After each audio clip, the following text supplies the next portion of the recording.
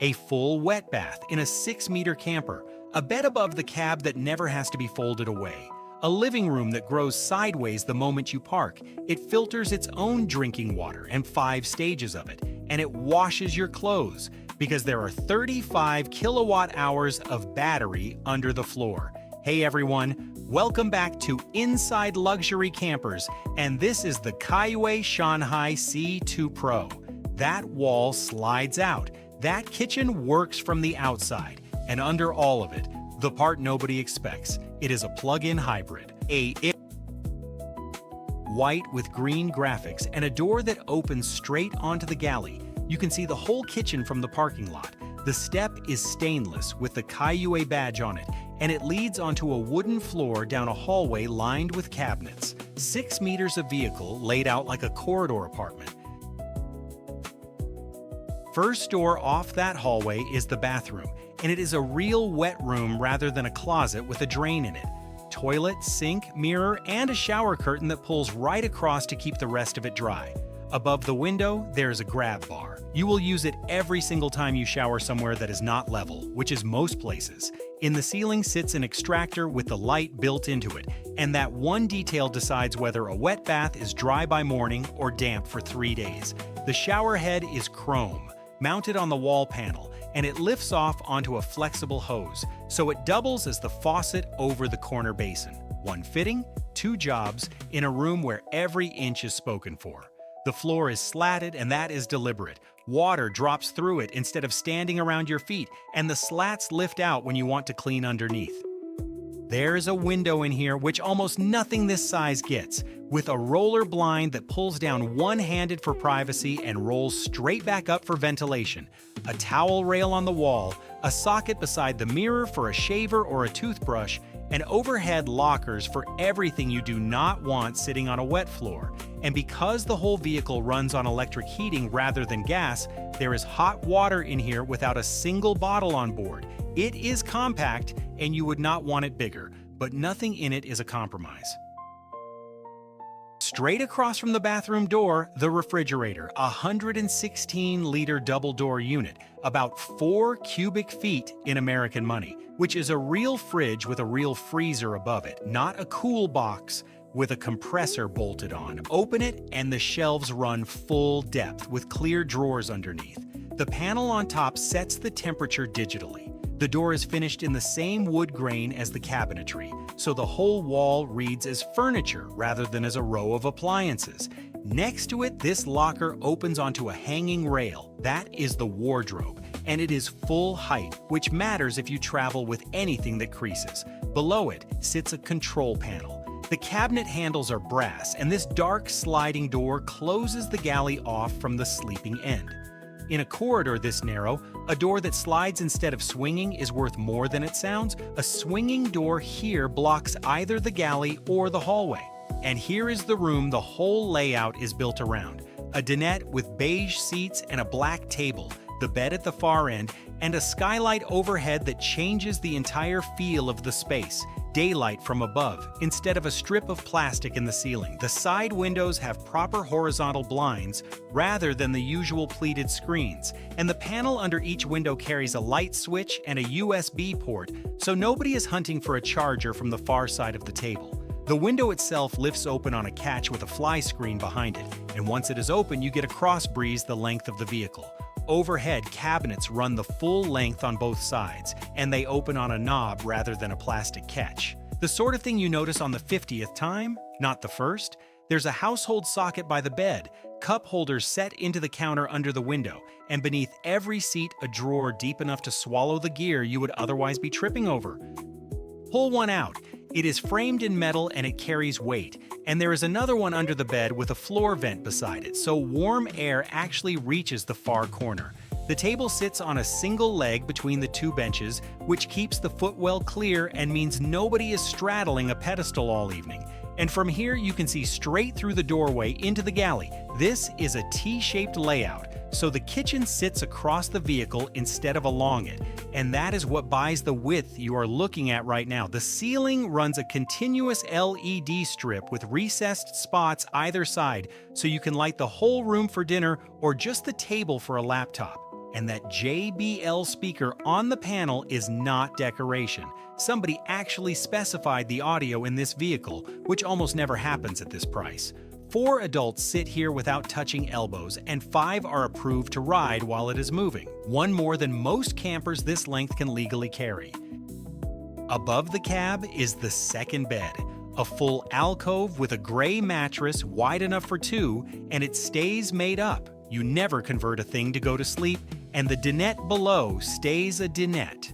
The skylight sits directly over it, so you lie up here looking at the sky instead of at a headliner, and it opens for air on a warm night. The wall panel by the pillow carries the lot: USB, a household socket, and a reading light on its own switch, so one person can read while the other is already asleep. So 4 people sleep in this vehicle without a single cushion being rearranged at bedtime. Back down, and the entertainment side is better than it needs to be.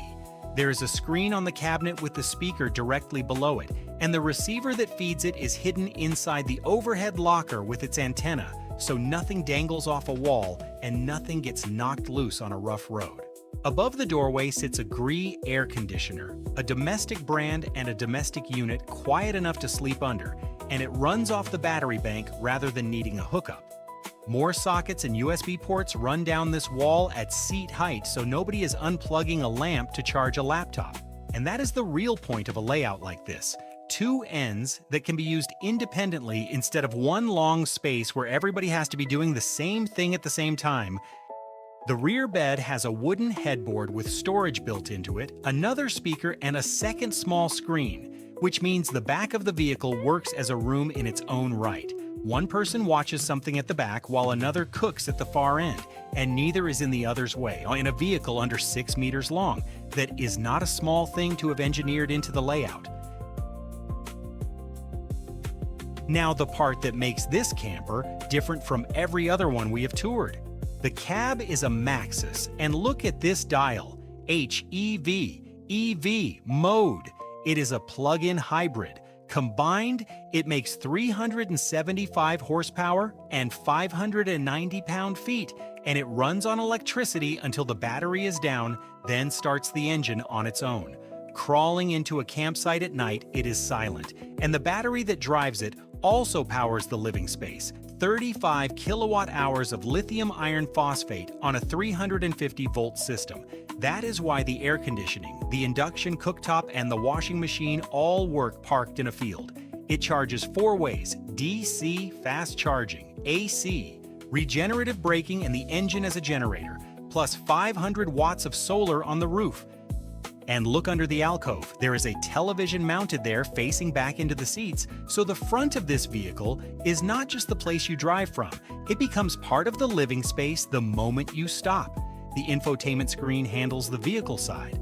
The wheel carries the driver controls. The cab has its own curtains so you can black it out from the living area completely, and there are sun visors and overhead storage up here as well. And now, the galley, the part I did not expect. An induction cooktop with a proper double sink beside it, which is rarer than it sounds. Most campers give you one bowl and expect gratitude. The faucet is a full-height black mixer with room under it for a real pot, and it swings clear of both bowls. The window behind has a screen that rolls up and down on its own track, so you can vent the steam without inviting the outside in with it. The cooktop is glass, sits flush with the counter, and wipes clean in a single pass. And because it is induction, there is no gas bottle anywhere in this vehicle, and no flame in a sealed box while you sleep.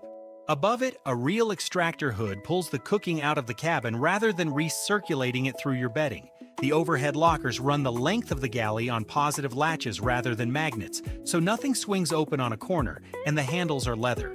Inside, they are lined in wood, not bare board. 2 household sockets sit above a recessed shelf at counter height.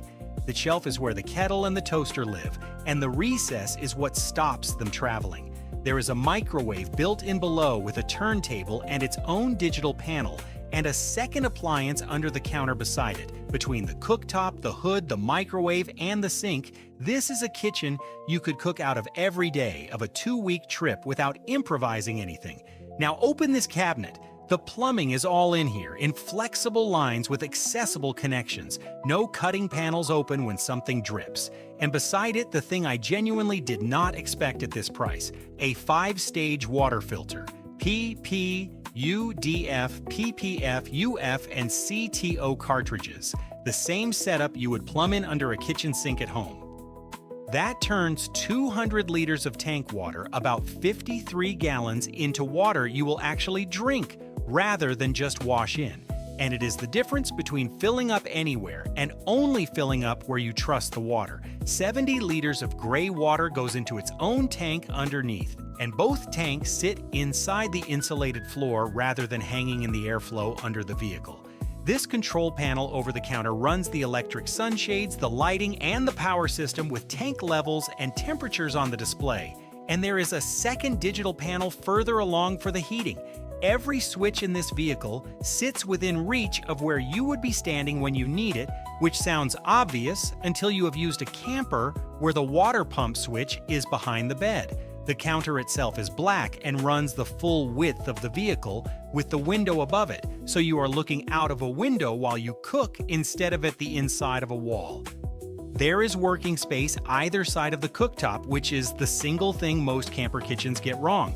They give you appliances and then nowhere to put a chopping board down. And then tucked in at the very end of the run, the appliance that really decides how long you can stay away from a town without everything you own smelling of campfire, the washing machine. In a 6-meter vehicle with a full wet bath, a full kitchen, a wardrobe, and 4 berths, they still found the room for laundry and the power to run it outside then. That stainless step folds out of the doorway with the Kaiyue badge on it, and it is metal, not the folding plastic tray most builders bolt on. The body is white with green graphics down the flank, and the panels below the waistline are plain. Nothing decorative down there to crack against a curb. This yellow board is the spec sheet the dealer stands beside it. Water capacity, battery, power system, all of it listed for buyers comparing one camper against another. Here is the fresh water fill on the flank. Even a camper this self-sufficient still needs a minute at a water point. Below the floor line, the storage lockers run down the side, both lockable, both deep enough for the outdoor furniture. The wheels wear commercial-grade tires rather than passenger rubber, which is what you want under this much weight. And the chassis underneath all of it is a Maxus V90. The grille and the badge come straight off the van, which matters for one boring reason. You can get this serviced in any town. Now watch the roof. The entire front section lifts, and that is standing height added over the cab without adding a millimeter to the height you drive at. Even the headlights are the van's, full LED, and serviceable by anybody who works on commercial vehicles. A pop top on a vehicle this size is unusual, and it is what stops the alcove being a crawl space rather than a bed. Then, down the side, the slide out. One module, one wall, and the living area grows by the width of that box the moment you park. Look at the bottom edge.